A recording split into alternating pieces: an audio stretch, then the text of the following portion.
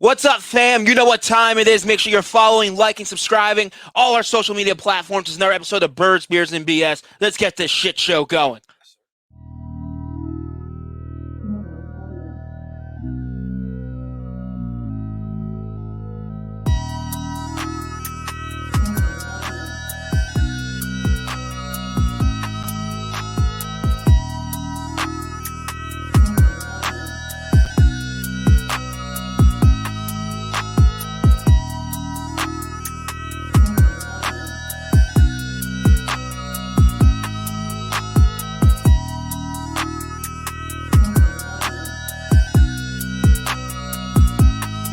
Disconnect between the head coach and the GM because and when you have Howie's vision. No, Howie's a freaking moron, and there's a reason why. Howie, you got a moron. Are you never gonna let me freaking talk?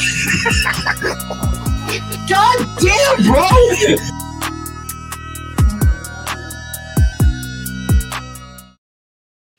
What's up, all about the Birds, fam? This is another episode of Birds, Beers, and BS. I am your typical host, Eagle Jeff Warner, alongside Peanut and Party Doll Dave in the background. Yeah, we are part of the AAT Sports Network here on the AAT Sports Birds, Beers, and BS. We have a new network here, so make sure you are following, liking, subscribing. Hit that follow button, hit that like button, hit the comment button, hit the dislike button. I don't care. Just give us some damn reaction. We want to hear from you, and we want to hear from our fans. Yeah. Because football season is right around the corner, everyone. Yes. We are less than about 2 weeks away, 14 days roughly till the start of the Eagles season when they travel to the Atlanta Falcons to take on Matt Ryan and Kyle Pitts and the boys. But we had one more preseason to discuss, Peanut. We'll dive down in a few moments. We'll also discuss our ins and outs and who we think might be in, who might be out as far as the Eagles' final 53-man roster because cut day is this coming Tuesday. Yep. The 31st or the 1st, whatever day it may be. It is this coming week, so the Eagles are going to be making some tough decisions in regards to their roster, so we'll give you our thoughts on that. Yep. And then also later on, we'll discuss the Eagles did add a new veteran quarterback, so if you did not hear the news, we'll dive into that, tell you who it is, and we'll see if we like it or not. But first off, Peanut, let's get into what is the debacle disaster that is the Philadelphia Eagles. Yeah, that's a good way to put it. Fucking tying the New York Football Jets 31-31 in goddamn preseason. The first half they did pretty good. They did okay. They did all right. It took them a little bit to move the football. The Jets eventually took out their starters, which eventually allowed the Eagles to move the football, put up some points. You saw some things from Joe Flacco, but yeah, not much from Joe Flacco. He's a distributor. He's not a game changer though. He had a couple nice throws. Joe Flacco finishing 13-16, 188 yards, 2 touchdowns, sacked twice with a QB rating of 55.2. This is honestly probably the best and the best that we have seen from Joe Flacco. I agree. I definitely agree. It was, nothing really blew my socks off with this team. The whole but they did good in practice though. They've had good practices. So that is the plus right there. They're doing great in practice. Everyone, round of applause for practice. Look.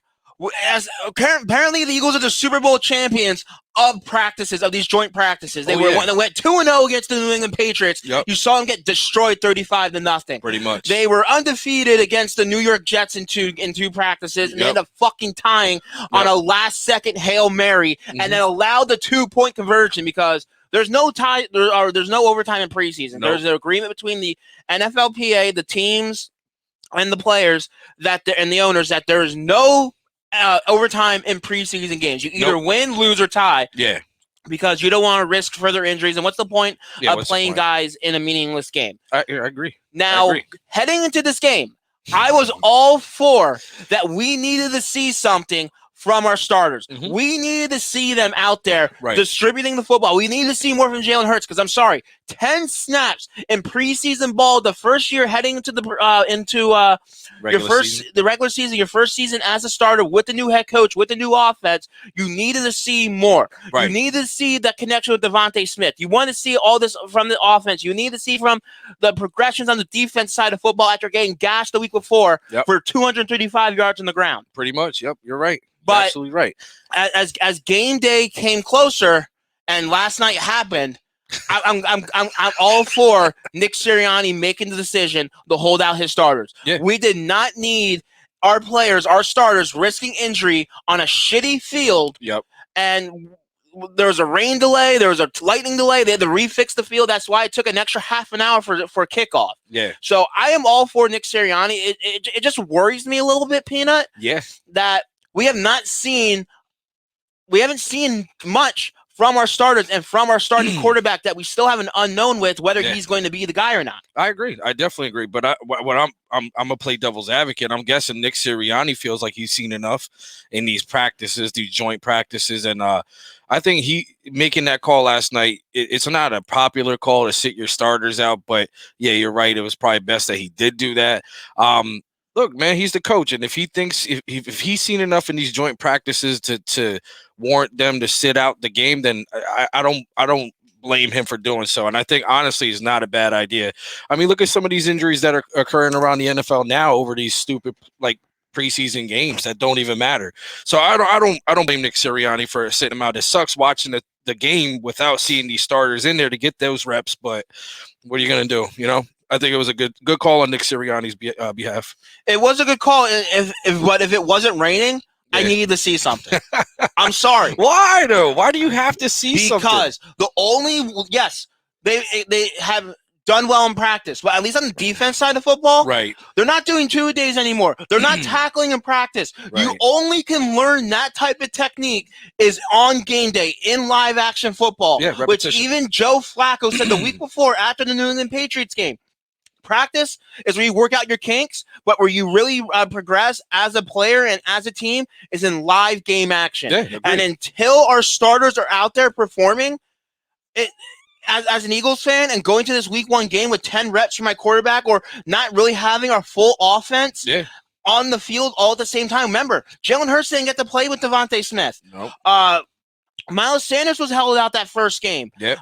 So there's plenty of non-repetition from certain guys. Now, I understand certain players like Lane Johnson, the aging players. Yeah, the older vets. The older vets, I understand you can hold out. They really don't need those reps, but you still somewhat want them out there so you know that what you have when your team is at full go. Absolutely agree with you on that one. But overall, I agree with the decision because of the weather factor, but as an Eagles fan, I'm a little uneasy. It's going to be a sloppy game week 1 in Atlanta, and I feel it's going to take some time for this team to really pick up speed and get out there and really find their groove, which for a team that has a very tough schedule the first half of the season, you do not want. There's a difference between they have a possibility. They're going up against some opponents that are winnable football games. Yeah. They're going up against the Atlanta Falcons, which were a shitty football team last year. Right. They have the San Francisco 49ers, which is a solid team, but on the home, West Coast coming east, they have a chance. Right. Dallas Cowboys on Monday Night Football. We don't have a chance there. Hey, you never know. No, the Cowboys are not that strong of a football team, and Dak hasn't played at all preseason either. So a guy coming off the injury that he did and hasn't played football. And the second injury that he also had too. Yeah, in almost a full year. Yeah. Don't count them out, but we'll give you our predictions maybe next week. Yeah, we'll do that next week. But, yeah, just looking at this game, I agree with you. Nothing really stood out. There were a few surprises. And as we discussed, like I said, the Eagles have some tough decisions when it comes to this roster. Yep. And the cutdown day is Tuesday or Wednesday. I can't remember the exact day off the top of my head. I think it's Tuesday. Yeah, I think it's Tuesday as well. So it gives it gives players enough time before the Labor Day weekend, start of season, to try to pick up players off a waiver, which I do feel the Eagles are going to be active. Oh, absolutely. The Eagles have been one of the more active teams off the waiver wire over the past couple of years, especially with Howie Roseman. And they're also a team that makes a lot of trades right before cut day, which they made a trade today. Like I said, we'll get into that as they did add a veteran quarterback. Yep. But as we're trying to figure out some of these players on the bubble, a couple guys made a statement this past week against the Philadelphia Eagles. And Agreed. One of those names is surprisingly Mr. J.J. Arcega-Whiteside. J-Jaw, baby. 2 receptions, 57 yards, makes a tremendous catch down the sideline for the big touchdown, a 42-yard reception for the TD. Is he turning the corner? Is J-Jaw turning the corner? And that's the thing. The Eagles are very inexperienced at wide receiver. Yep. But Is there anyone else you feel in this roster that you think should be let go over JJ? That's a tough call because I think at this point it's between J-Jaw and Fulgham. And from what all right, based off of just style and body type, he's probably your biggest receiver in the fold. So I don't see them getting rid of J-Jaw. And you know what? Who's to say he didn't turn the corner? I mean, the guy's a young guy. He's in a new system, and if Nick Sirianni holds to what he says, then he's going to try to exploit everyone's strengths. And J-Jaw's strength is his size and his power. So we're going to need a guy like that in the red zone. I know we got the tight ends and all that, but we're going to need a big body threat to be in the end zone. A lot of our guys are small, speedy receivers, but when you're in that red zone, you don't need speed. You don't need what you need is physicality. And I think J-Jaw last night literally solidified his job with the Philadelphia Eagles. I'm hoping it was one game really enough to solidify his position, because you did not see much from him the last 2 weeks. Right. And I really haven't been hearing his name too much in practice. Yeah. If you aren't getting any type of reps in practice or any production in practice, these preseasons are a big key as trying to evaluate talent, but ultimately it comes down to the practice film, the practice film for Nick Sirianni and these coaches to really evaluate. And we have to remember, granted, this could be helpful for JJ. He might be able to stick around. Yeah. But remember, Howie Roseman is the one that's going to have final say when it comes to the Eagles' 53-man roster. Nick Sirianni, ultimately, I feel is going to have some input, and he's going to tell Howie Roseman and management and the scouts what he wants with his team, what type of system he wants to run. Yep. And they're going to judge off based the evaluation and put these players best that fits his system. Right. That he's someone wants to try to run, but it's all going to come down to a numbers game, because you have another position that the Eagles are very heavy on right now, and that's the running back position. And how many do you keep there? Yeah. You go. I think he's going to go with 6. He's almost going to have to. It comes down to special teams. Yeah. It comes down to special teams. Right now at the wide receiving position, you definitely have Devontae. Right. You definitely have Jalen Reagor. Right. You definitely have what the hell's his name? Ward. Greg Ward. Those are Quez Watkins. Quez Watkins. Those are definitely your top 3. Right. So if you're keeping 5, you have 2 spots left between JJ, John Hightower, Fulgham, and Ward. So if they keep 6, I kind of feel they're going to keep Ward. Right. And then I feel they're keeping. See, you know what I really hate too is because I think Fulgham's has he been injured or something, or am I mistaken that? I don't remember. He hasn't been anything spectacular this preseason. And everyone wants to live off last year's regime with Doug Peterson, where Fulgham had a decent year in a limited capacity. He came in his own. He had 38 receptions for 539 yards and 4 touchdowns for an average of 14.2 yards a carry. But there were some games he was like non-existent. Agreed. Against that Washington game, well, they benched most of the players that game. He had 1 reception for 15 yards. Right. The loss against Dallas, where they could have helped put them in the playoffs. He had 2 receptions off 3 targets for 27 yards, no touchdowns. Hey, mind you, this is all off of subpar quarterback play too. So even before that, with Wentz in there against Green Bay, he had no receptions for 2 yards. Yeah. How do you have no receptions? No receptions on 2 targets. Okay. My apologies. Yeah, he didn't come in until a month into the season. He had that. He had the one big game against the Pittsburgh Steelers. We had 10 receptions for 152 yards and a touchdown. Right. The first 3 games he started playing, he had 3 straight games with a touchdown. Right. But remember, we were playing from behind a little bit, and of course, the gameplay and the system that we were running last year, it was a pass-heavy offense. Yeah. We weren't utilizing Miles Sanders and the run game too much. Right. Yeah, and we had no wide receivers last year. So then it's a no-brainer. Then if you think about Howie and his, this is JJ is Howie's pick. So right there, it tells you which way he's leaning towards. You know what I'm saying? Yeah, exactly. Because you invested a 2nd-round pick not too long ago. You have a head coach with Nick Sirianni and a coaching staff that you hope can finally develop talent, and finally, especially the wide receiving position. The wide receiver and quarterback are the 2 key positions that we have not been able to get hit on. Right. And now with the new regime, you hope you can turn that corner and turn it in the right direction. You hope. But I kind of feel, the odd man now is probably going to be Fulgham as far as the wide receiving position. Has to be. Because if you keep 6, you're keeping Hightower. He does play a pivotal part as far as some special teams. Right. JJ, we said, is the second round. Was a former second-round pick. He's Howie's selection. You're going to keep him, especially after this game. Mm-hmm. And Greg Ward, he's your veteran in the wide receiving core right now. He's the one with the most receptions besides your tight ends. Yep. Yeah, you got to keep Ward. So and the use and the versatility that you have with Jalen Reagor, you still want a decent slot guy, which it seems like they're going to use Greg Ward quite a bit in the slot position when they don't have Reagor out there. Yeah, I agree. So definitely, I feel on the inside in, Hightower and JJ are in. Fulgham's unfortunately out if they keep 6 receivers. Right. If they keep 6. Now, once again, it's a huge numbers game, and now you look at the running back position because the running back position is a good problem to have, though. But go ahead. I'm sorry. No, you're good. It is a very good problem to have. But are they going to keep the traditional 3? They going to keep the 4? You know, Miles Sanders is getting a spot. Miles Sanders is in. You automatically look at Jordan Howard, and he's definitely a guy that's been getting a lot of playing time behind Miles Sanders, and has shown you that he can be that change of pace back between the tackle guy. Yeah, between the tackles, that ground and pound type of game back, especially behind a solid offensive line, and he's a good quality pass protector. Yeah, perfect. So there's number 2. Right Now, if they keep 3, I honestly feel they cannot let Gainwell's in. They cannot let go of Gainwell. Nope, Gainwell's in. Gainwell's in for sure. So you got Miles, you got Jordan, you got Gainwell. Those 3 are definitely locks for the year. So now, what do you do? Who do you get rid of? Well, if you keep 4, and I understand a lot of people are now high on Boston Scott, but let's remember, this is the dude that can only ever perform at MetLife Stadium. The Eagles really need to change their fucking home games and their away games on neutral field and fucking play at MetLife Stadium every fucking week, because that is the only way Boston Scott can find any way of production and finding a way to be a quality running back in the NFL.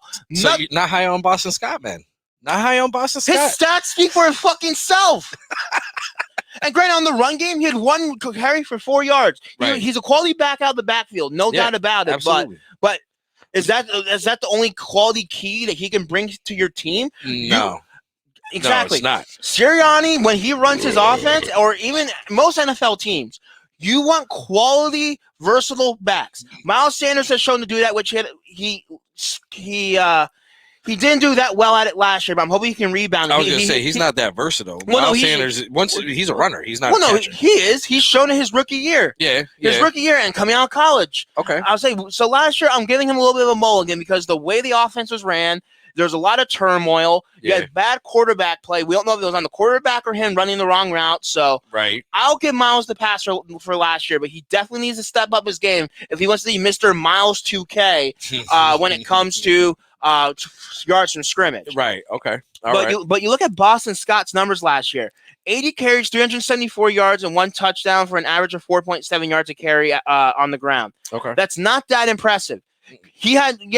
They benched all the starters. They put Boston in week 17 against the Washington football team. Yeah, he had 15 carries for 65 yards. He had a big 20-yard game for an average of 4.3 yards a carry. Besides that, he didn't do shit. Dallas Cowboys, 2 carries for 17 yards. He was hurt, I think, against Arizona. He didn't get a fucking carry. 2 carries for 17 yards, so he only got the ball twice and he gained 17 yards. Not bad. It's not 1 carry. One of it was on a 12-yard carry. Oh, okay, I got you. Still, not bad, bro. But he's not being utilized in certain situations. But when he is, he's still not getting a lot of yardage. Look. He's explosive when he's in the open field, though. That's what's good about Boston. And he's a good quality catching back. But as far as Nick Sirianni's offense and what the Eagles normally want from all their players at all positions, they love versatility. Right. And I kind of feel Gainwell, they don't want to stunt his growth. No, Gainwell's a lock, man. So if they only keep 3, Boston Scott's on the outside looking in. Yeah. If they keep 4, the only reason they might keep Boston Scott is somehow they want to try to give him some special teams reps because he failed as a returner last year. I was gonna say I don't want him returning. Hell no. Hell no. But I love Boston Scott. I appreciate what he's done, but he's not that attractive. He's as far as a football player standpoint. No, I know what you're saying. No, it's he doesn't he doesn't move the needle. He doesn't give you. He doesn't have that wow factor, is what you're saying. Exactly. And with Gainwell coming, Gainwell's a stud. Yeah. There's I would say the Eagles got him for a steal, and that's a different thing with Gainwell. They invested a 5th-round selection from him. He was a projected 3rd-round pick. They did never, ever expect him to fall that far down on the draft board for them to be able to pick him up. And that guy's playing with a chip on the shoulder. Definitely. He's pissed off that he fell from the 3rd round to the 5th round. That's a lot of money from a rookie contract standpoint. Yeah. And if the Eagles put him on the practice squad, he's getting picked up just like that. Yeah, he'll get taken. He's gone. Yeah. And they're not going to risk losing him. So the only way I feel Boston Scott is getting a job with the Philadelphia Eagles is if they keep 4 running backs, which I do not see having, because if they go heavy at the wide receiving position, right, they're not going to be able to go heavy on the right. I don't know. I don't know, man. And you know what, Boston? Like, I know you say Boston Scott doesn't move the needle for you, but he does for me. The guy's versatile. The guy can catch out of the backfield. But he runs with power. Like, he's but small. So can Gainwell. Yeah. Gainwell's a cheaper, younger option, and I feel has a more upside in his game than Boston Scott. Right. I see what you're saying, though. Like, why keep 2 players that do the same shit? Exactly. All right. Yeah, I see. Yeah, okay. All right. So Boston Scott, you think, is out? I think he's out. Okay. And unfortunately for Boston, I don't know if he really gets picked up. If for some reason you have a major injury to your running back core. I think Boston's getting picked up, bro. Do you? I see teams that can use guys like Boston Scott. Like, he's no slouch, man. You're making it sound like he's a bum. He's not. I'm not saying he's a bum. Okay. But you have to understand, a lot of these teams, they have their team. They already have their rosters in place. They know what they want to go into the season. Now, it really helps for teams to make a position or make a decision like that by picking up Boston Scott, right? Because now they have a week in between the season and the start of the year. Right. Now is the time for it to happen. 2 weeks. Yeah. Because this is the last preseason game. Next week they have a week off, and the regular season starts the following Sunday. Right. Thursday Night Football with the Tampa Bay Bucks and the Dallas Cowboys. Yeah. So from a player standpoint, they're actually ecstatic that there is a break in between. Or there's only 3 games this year instead of 4, because it now gives them an opportunity to try to get picked up by another team. But the thing is, a lot of these teams, they already have their position in place. Unless there's a major injury or a guy that they want to put on a PUP list and they have that open roster spot. I wish him the best. If he's on a roster, I'm not going to be upset. No, I'm looking at the numbers game. Yeah. You only have 53 guys you can keep on a roster. And then the practice squad, I think you have an extended practice squad again. I forget the exact number, but right. So Boston's odd man out. Yeah, obviously, if they keep 3, it's definitely going to be, unless they surprise people and get rid of Jordan Howard, which I don't see that happen. I don't see that happening. Yeah, they already got Kerryon Johnson. I feel that they knew that Sanders is their guy. Yeah. As soon as they let go Kerryon Johnson. Yeah. Kerryon Johnson couldn't get on the field. When he did get on the field, he did not produce well. Nope. He looked out of shape. The injury from a year ago was really hurting. It took its toll. Yeah, it was hurting him. And then now he, they signed him.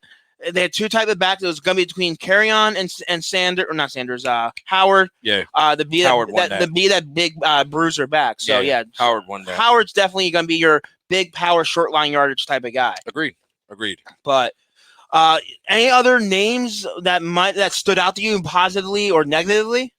To be honest with you, this is depressing, but not really, man. I was looking forward. I know Gainwell, what I noticed during the game yesterday was this guy plays fast. You know what I'm saying? He plays fast and he plays hard.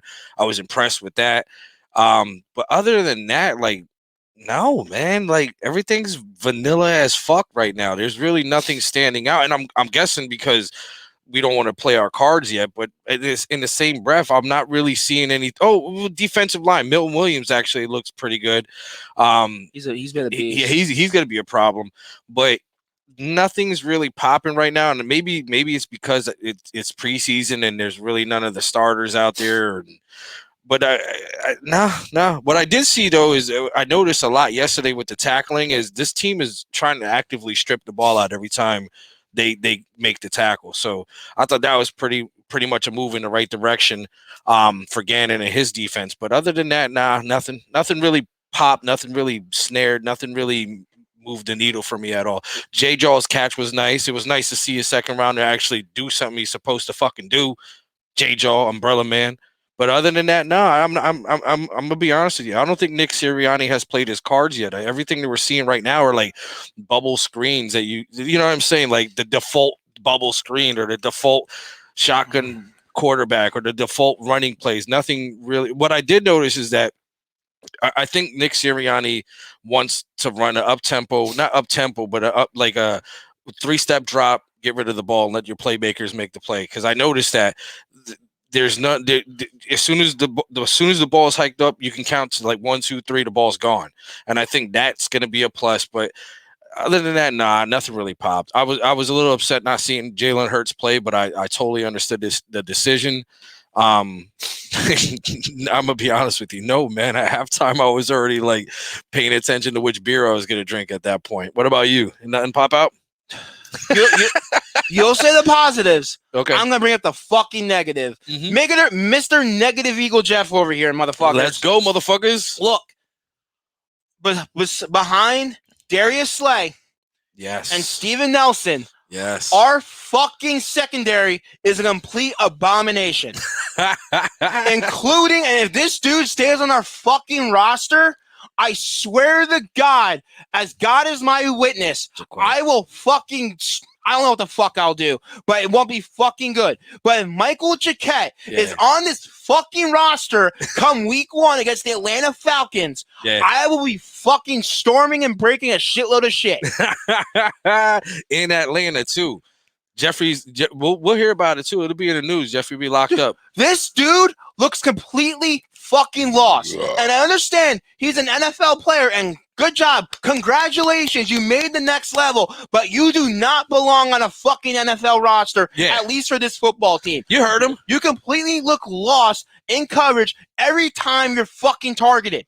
The fact that fucking second and third string quarterbacks, Josh Johnson, whatever the fuck his name is torching your ass? Okay, you had a fucking fumble recovery for a touchdown. Whoopie fucking do! But you got this fucking secondary allowed fucking Kenny Yabau. Who? Exactly. 4 receptions, 100 yards, 2 fucking touchdowns, and you give up a fucking Hail Mary, 49 goddamn yards, whatever the hell it was, into the fucking end zone. All you have to do for a goddamn Hail Mary is swat it down, and you did fucking none of that. Bitch! And then to add insult to goddamn injury, you allow the 2-point conversion. What? Do you guys have no fucking pride? No. So my big worrisome. I know we're eyeing the offense and looking at the offensive side of the football, but you have to look at this defense. Yeah, we have a lot of strength. We have a lot of depth as far as the defensive line. Yep. The linebackers haven't looked too terribly bad. No. This fucking secondary, one major injury. We are obviously fucking screwed. We're fucked. Zach McPherson, a guy that we had high hopes, 3rd round pick out in the NFL draft this past draft. Right. And yeah, he's shown some promise. He showed some flashes. But now he's getting fucking burned. He's not looking like the guy that we expected to do. He's going through rookie growing pains right now. Yeah, which is all fine and dandy. And I understand we are in a rebuild. We don't have high expectations, but we still want to see progression. I agree. Damn, Jeffrey. The passion. Good God. I just don't know how you fucking tie in goddamn preseason on a Hail Mary and allowing a 2-yard fucking run for the 2-point goddamn conversion. To finish your goddamn preseason 0-2-1. Congratulations, you got half a win. Yep. Oh man, that's the preseason in a nutshell, man, right there. And that's the one. That's the one worrisome for this team. Is we lack depth at certain positions. Especially the most important positions. Yeah, the secondary and the offensive line. And fans are fucking flipping out that they put Andre Dillard out there as the starting left tackle. Why? Who cares? Yeah. That gives them tape. If for some reason, I don't think it's going to happen. They're not going. But if they want to trade Andre Dillard, they can.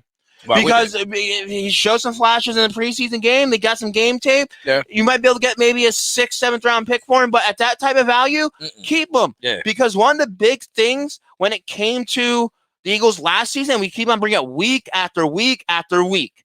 is the fucking offensive line depth last year was absolutely horrendous. Yeah. That you had to go to fucking 38 Mr. Jason Peters, bring him back as guard, have him hold you ransom to give him more goddamn money to play left tackle, and he was a fucking shit show. Yeah.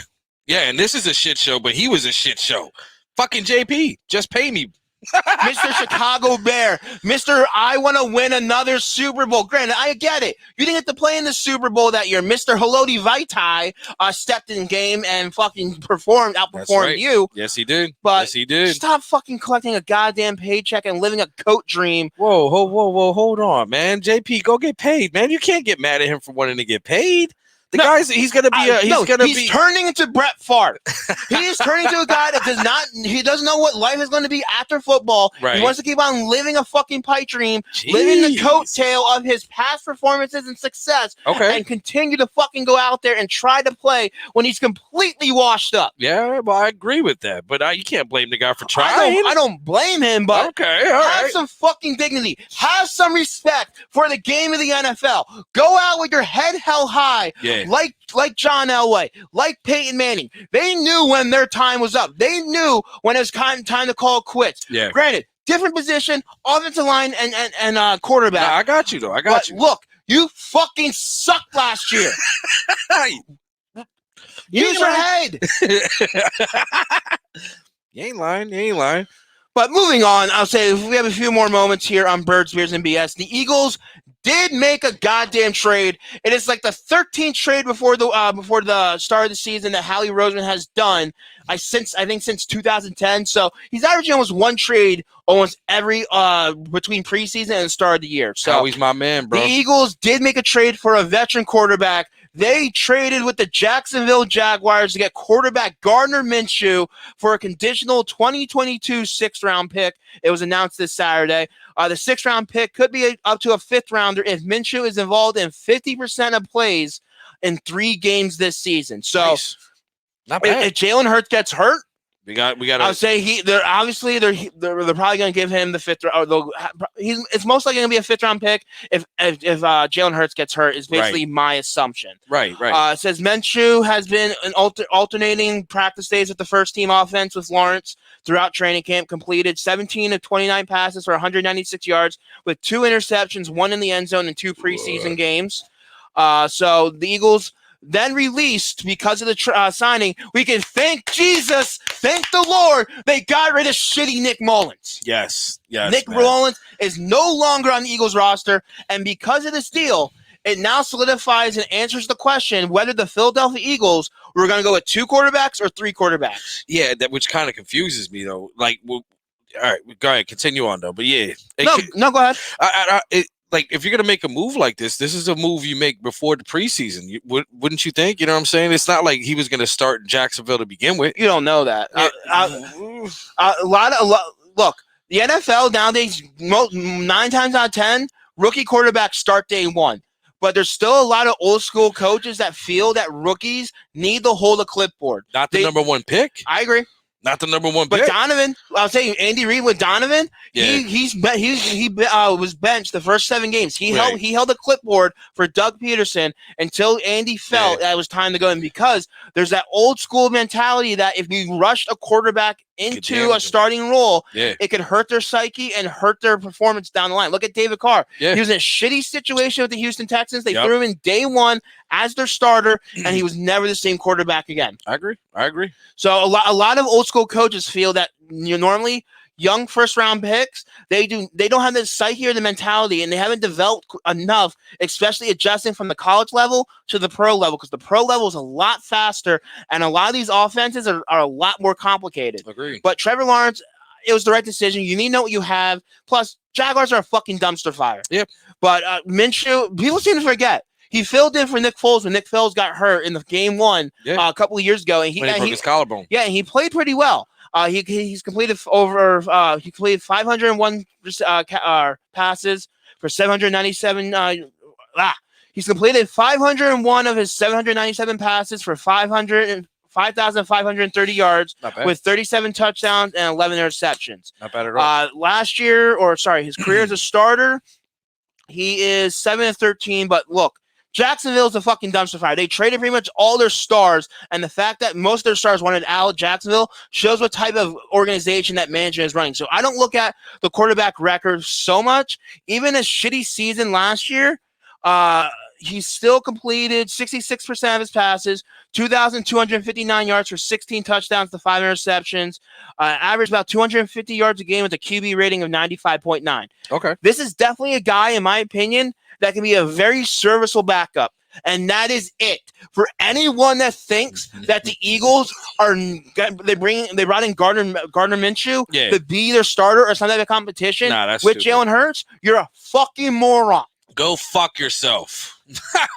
So then why keep why is he number 2? Is he number 3? Like I think going into the season, he's going to go number 3. He's going to be your 3 because he doesn't know the offense. He doesn't know the playbook. So something happened to Jalen Hurts early. Right.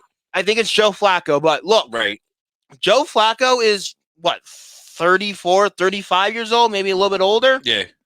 Give or take a year or two? Right. He's going to be eventually. He is shot. Yeah. You saw in these preseason games, he limits your offense. He is a opposing defensive coordinator's fucking wet dream because all they have to do is play up the line of scrimmage, jam their receivers, and get pressure from their front 4, front 7, design some different blitz packages. Yeah, I agree. Because I'm sorry, Joe Flacco's arm strength is shot. Yeah. Even before this, with the Baltimore Ravens, he really didn't have that great of an arm strength to begin with as far as accuracy down the football field. But he usually got it done. But his fucking deep ball was so goddamn ugly most of the time. It like literally floated in the fucking in the air. You mean Super Bowl MVP Joe Flacco? Yeah. And he fucking had lightning struck that week or that year for Joe Flacco. Yeah. He had 12 touchdowns and 0 interceptions. He also had a hell of a fucking defense. Yeah, he did. So he had a good supporting cast too. I think the Eagles realize that when you get a veteran quarterback that is still relatively young and has veteran experience, I think that's why they originally brought in Nick Mullins, because he had that veteran experience last year, and he showed this in preseason that he's caca, that he can't fucking play. At least Gardner Minshew had some success on with a shitty football team. I agree. So, and I good feel move. Joe Flacco, he's going to be that mentor role. He's going to turn into that guy that's more, I feel, is going to transition from quarterback to player to ultimately a coach. Yeah, I agree. And I think that's why they're keeping him on the roster, because you had 2 young quarterbacks with Gardner Minshew has some experience. He's been plagued by injury, so hopefully they can revive him and bring him back to the performance that we once knew. Right. And you have Jalen Hurts, who only had 4.5 games experience in the National Football League. So to have a former Super Bowl winning coach or a former Super Bowl winning quarterback, MVP quarterback, is huge. Yeah, I agree, and I think actually I agree with you. I think that's probably what's going to happen. But he didn't look too bad yesterday. He distributes the ball. I think the reason why they got him in the first place was because he would follow the playbook to a T. He would. You know what I'm saying? Like 1, 2, 3, get rid of the ball. Like, and that's one thing Joe Flacco does well is he distributes the ball to playmakers. So he doesn't necessarily take a lot of hits because he gets rid of the ball. Although he ran a bunch yesterday, got some first down. He makes good decisions. He got pummeled. He's just not a game changing quarterback. You know what I'm saying? He's at the tail end of his career. He's going to be a journeyman backup probably for the rest of his career whenever he decides to hang it up. I agree. Now the other aspect of this trade, though, is the future of the Philadelphia Eagles. Oh, because Gardner Minshew, they have him on the cheap. I think he's only I think the Eagles are only paying him after the trade, they're only on the hook for I think like $70,000 or sorry, not 70, $700,000. I'm gonna say $70,000. No, 700,000 and then like 650,000, something along those lines. I got you. And because they have him through contract through 2022. Oh, not bad. I'm kind of thinking that this is their insurance policy in case Jalen Hurts does not pan out to be your franchise quarterback this year. If he struggles and he doesn't move the needle and doesn't impress the brass of the Eagles organization or Nick Sirianni, that he could be the guy going next season, that they have a veteran on this roster if they decide to look at the draft. Because I'm sorry, Eagles fans, the pipe dream that is Deshaun Watson coming to the Philadelphia Eagles let that shit go. Is most likely not happening. It was reported today by multiple sources from Pro Football Talk, Mike Florio, and I think Yahoo.com's Charles Robinson, that the top 2 contending teams for Deshaun Watson's services are the Miami Dolphins and the Denver Broncos. So that tells me one of 2 things for the Philadelphia Eagles. They either do not want a quarterback controversy, and they do not want to bring in a guy like Deshaun Watson when you have a guy like Jalen Hurts and start that drama and start that poison in a locker room when you're in the process of rebuilding and trying to find your identity. Yep. That's what I've been saying all summer. And 2, that the Eagles are not willing to pay the asking price for Deshaun Watson because it probably is multiple first-round picks or multiple high picks. Multiple first-round picks, multiple high picks. And everyone's throwing out this and a hand job. And everyone's throwing out this hypothetical trade that give him Jalen Hurts and one of our first rounders or this and that. We don't know if the fucking Houston Texans want Jalen Hurts. Exactly. Just like all these assholes saying, trade Zach Ertz for blah blah blah, throw Zach Ertz in for to the Houston Texans. Yeah. We don't know if they fucking even want him. Yeah. Especially now that he looks weird with that blonde hair. What the fuck was that shit, Zach? Pretty fucking much. But you're right. You make a good point, man. They have to get Jalen Hurts the year. Yeah. Unless he's hurt, Jalen Hurts needs to be your starter for the entire season. Absolutely agree. Because you can't keep on doing this quarterback carousel of, when one dude struggles, bring the next guy in, or when that guy. Nah. You're gonna continue to go through quarterbacks, and then players on the team are going to start losing confidence, and not just the quarterbacks that they're putting out there. They're going to lose confidence in the head coach and losing the confidence in the front office. And Howie, stay the fuck away from game day operations and deciding who Nick Sirianni plays. If you think they need to fucking throw Gardner Minshew in there, shut the fuck up. Because you're putting words in Howie's mouth now. I'm not putting words in his mouth, but we know and heard the reports of his meddling in game day operations. That's the reason why fucking Doug Peterson is on the unemployment line. No, and I disagree with that. That's the reason why he's on the fucking unemployment line, because Doug Peterson had enough of Howie and Jeffrey getting in his fucking business and for what they hired him to do and be the head coach. And that's why you see Doug Peterson on the goddamn sidelines of the Indianapolis Colts practices with Carson Wentz, on the sidelines with the Chicago Bears and Matt Nagy, a former assistant of his and former coworker of his. So Doug Peterson, he's not done. No, he's not done, but look, man, I fuck with you, Howie. I'm a Howie fan, so this year he's done well. I give him credit. I fuck with Howie, but man. One good year as far as the offseason. 2 good years. I'm taking away the Super Bowl. Why? Take away the Super Bowl and take away his worst year. He has technically 1 good year. Okay, all right. Remember, he's been in this fucking position since 2010. Who was it? Who was it before him? Banner, right? It was Banner and Heckert. Okay. And then fucking after some time, Joe Banner and Jeffrey Lurie were on the rocks and they canned him, which is why, for everyone that's saying that Howie's a lifer, I tend to disagree. Because we felt the same way with Joe Banner. Yeah. We felt the same way with Andy Reid. Yeah. And yes, he has confidence in his guys and he's very loyal. But I feel Jeffrey Lurie, as an owner, realizes when things get stale and when there's too much of a controversy and too much a bad taste in the organization, right? That he knows when it's time to move on and when it's time to make that next step and make that change. Right. And I'm hoping that is the case with Howie Roseman. But during this rebuild, I think he's doing all right this year. This year he did. Yeah, I think this on paper. On paper, I agree. On paper, but still, if you think about it, even the Jalen Hurts pick in the second round, which seemed like a fucking bonehead move last year, is starting to look more and more like a great move this year. No, because that was one of the reasons why it became a fucking disaster in the debacle. You draft a goddamn quarterback instead of giving Carson Wentz an option, another weapon on offense. Hold on. So you think him drafting Jalen Hurts is why Carson Wentz underperformed last year? No, it's the reason why Carson Wentz started hating the Eagles organization. No, Carson Wentz started hating the Eagles organization because he got held accountable for his bullshit. No, he started. Come on, he started hating the Eagles organization when this organization turned on him.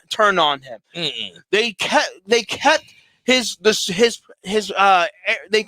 Super Bowl winning quarterback in Nick Foles. I get it. They were close and they were friends, but it just added drama. It added a divide in the locker room. It added a divide in the fan base. It added a divide in the fucking organization between the head coach and with Howie Roseman and with Jeffrey Lurie, because obviously they felt Carson was not ready to come back, and they wanted Nick Foles out there. Okay, so.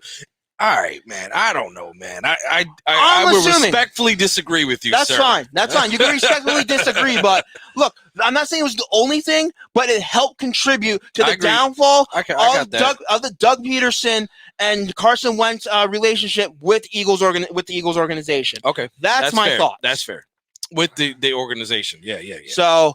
But look, football season's right around the corner. Welcome to the season. Can't fucking wait. Make sure you continue to stick here on the Birds, Beers, and BS show on the AAT Sports Network program. Yes. We are just getting started. Football is going to be here in 2 weeks when they travel to Atlanta to take on the Atlanta Falcons. It's going to be a great fucking season. Whether they suck or not, we are going to be here. So once again, make sure you're following, liking, subscribing, Facebook, Twitter, Instagram. Make sure you're giving us a thumbs up, thumbs down on the shows. Help support our sponsors because without them, we would not be anything. And without you, we are nothing. So leave those comments. Tell us what you think of this upcoming season. Tell us what you think what we had to say in today's show or any one of our shows because we love listener participation and we love our loyal fan base. We do. Thank you. So, Peanut, any final thoughts before we get the fuck out of here? And final thoughts. I think you nailed it. It's going to be a fun season. Look, we don't have to worry. We don't have to worry about winning and losing. This is going to be a season of evaluating.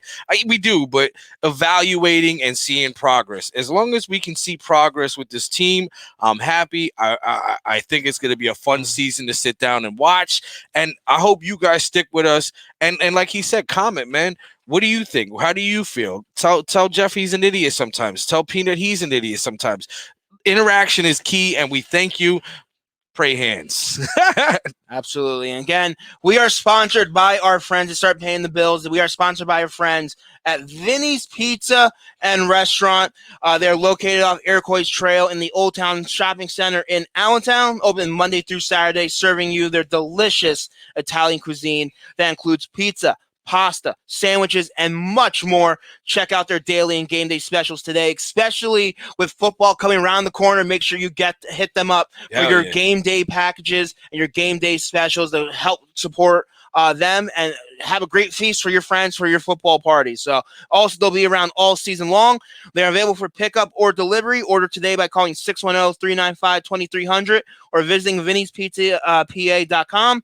Again, 610-395-2300 or visiting vinnyspizza.pa.com. Tell Vinny and Caesar that the Birds, Beards, and BS crew sent you. They'll treat you like family. Yep. We also thank our friends at Odds Jam.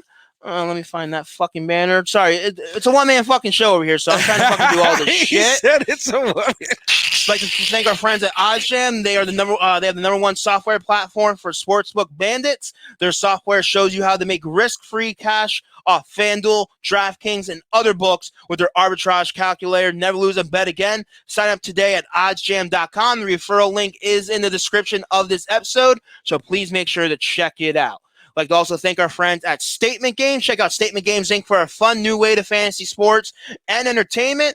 Win gift cards and prizes. And once again, it is free to sign up. If you love fantasy football and you love trying to win prizes or think you know it all, this is the website for you because, once again, it is free. Make sure to hit the referral link in the description of the episode. It's right there. Look for Statement Games. Click the link. Sign up. Helps us out quite a bit. Yeah, support the show, brah. Like also thank our friends at 99 Jerseys. So let me find that one. One man show. 99jerseys.com. Get 20% off your next order by using discount code AATBirds20. Again, AATBirds20. Check out their wide selection of quality kick-ass jerseys of your favorite sports movie characters and throwback jerseys of all your favorite professional sports stars. Again, order today at 99jersey.com and save 20% off by using discount code AATBirds. Yeah. And once again, make sure to support us at AATBirds and the AAT Sports Network Birds, Beers, and BS. We have our gear. Peanut repping us today with our sweatshirts. We have that and tons more gear on the website. As far as hats, we have koozies, we have masks, we have shirts, we have women's shirts. I think we might have some kid shirts on there, different designs, not just a Birds, Beers, and BS, but we also have the AATBirds weekly report show on there. We have Across the Pitch, our soccer show logos. We are having new shirts now of our news show that is coming Tuesday nights. Former NFL player Jeremy Bridges is joining the AAT Sports Network crew, and he will be doing a show here on the program. Sweet. Tuesday nights, 10:30 at night, only because he lives on the West Coast. He lives in Arizona, so the 3-hour time difference. But again, if you miss his shows, you can check it out on our YouTube channel. So again, make sure you are subscribing and hitting that button to get the notifications. If we ever go live on any of our networks on Facebook, Twitter, or Instagram, or YouTube, you get notified. You can be part of the show. Tell us your thoughts. We always love listener interaction. Absolutely. So again, make sure to follow all our social media platforms. Follow, like, subscribe. Again, Facebook, Twitter, YouTube. So we appreciate everyone that supports us here on the Birds, Beards, and BS program. You can follow me on Twitter at Jeff Warner NFL. Things are starting to pick up in the world of sports, especially the NFL. You can catch all my thoughts there. If you miss any of our shows here, I'm always on Twitter. Yep. Follow Peanut. He doesn't fucking tweet. Nope. But Party Doll Dave won. He does. Once. He did. Look, give him a fucking follow. Let's support Party Doll Dave. Yo, follow Party Doll Dave. Shit. Yeah, shit. Why not? Yeah. Fuck. And make sure you continue to check out our website for all the latest on Philadelphia sports and more. Right now, it is AATBirds.com, but that will be changing very soon. But if you still use AATBirds.com, it does direct to the new website. Do not worry.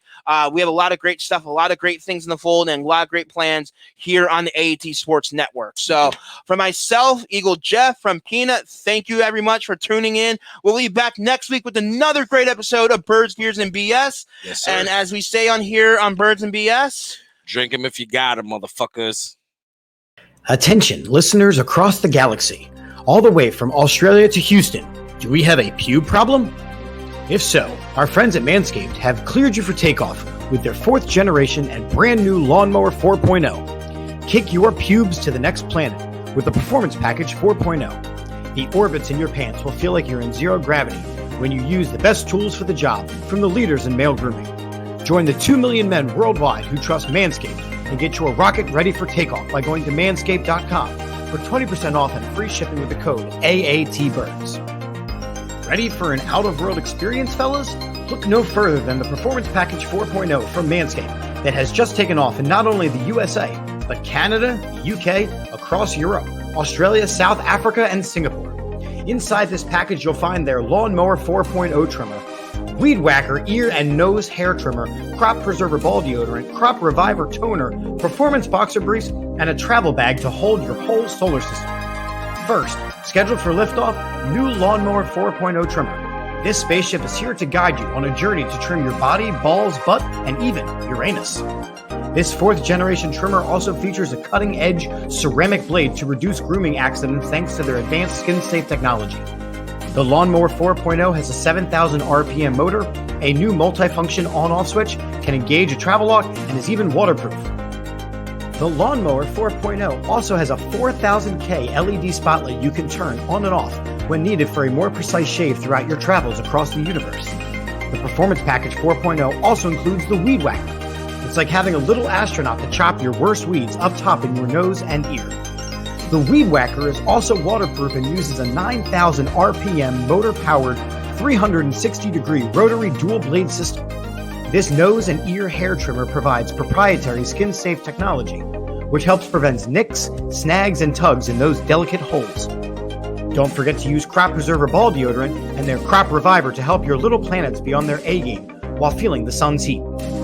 Manscaped even threw in 2 free gifts to their Performance Package 4.0. The Manscaped Boxers, and the Shed Travel Bag. Abort hairy balls and Buzz Lightyear that Woody with Manscaped. Get 20% off and free shipping with the code AATBirds at manscaped.com. That's 20% off and free shipping with the code AATBirds at manscaped.com. For a clean trinity and beyond, your Spaceballs will thank you.